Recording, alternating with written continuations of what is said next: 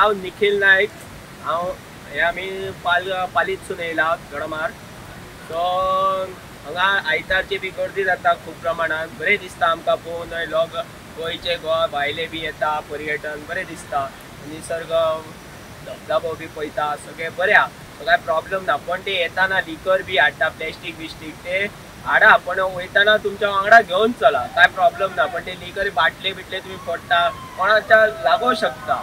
So आणि तुमची main म्हटल्यार तुमची फॅमिली तुमची घरा बी वाट पळयता, सो तुम्ही येया, सुशागाद एन्जॉय करा, काय प्रॉब्लेम ना। पण वयताना सुशागाद चला। So thank you. स्थानिक रहिवासी दर आयताराक हांगा ह्या धबधब्याचेर वॉटरफॉलाचेर गोंयचे भायले कोकणांतले सगळे लोक येता।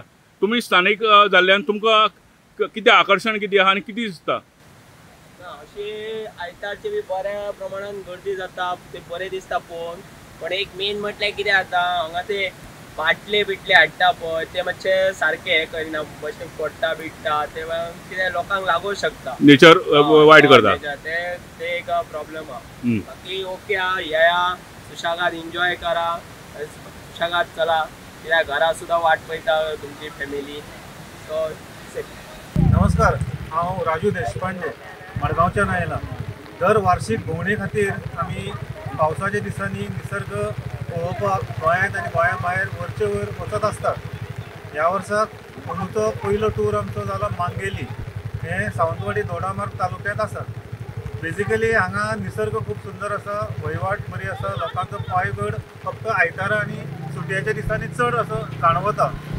पण अनफॉर्च्युनेटली ग्रामपंचायतीन हांगा जरी टोल टॅक्स घेतलो प्रति व्यक्ती 10 रुपया, तरी त्या दृश्टिकोनातून फॅसिलिटी टुरिस्टां खातीर कांयच दिल्ली ना।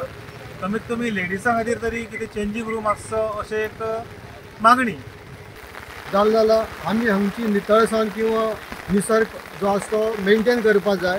आमी खंयच्याच पद्दतीची घाण, स्पेशली प्लास्टीक जे भायर बी कितें जावपाक शकना त्यो गोश्टी हांगा हाडची न्हू, आनी हाडले जाल्यार आपल्या गांवान व्हरून घेवन ज्या जाग्यार डिस्पोज करपाची फॅसिलिटी आसा थंय व्हरून त्यो डिस्पोज करची आनी हो निसर्ग मेंटेन करचो।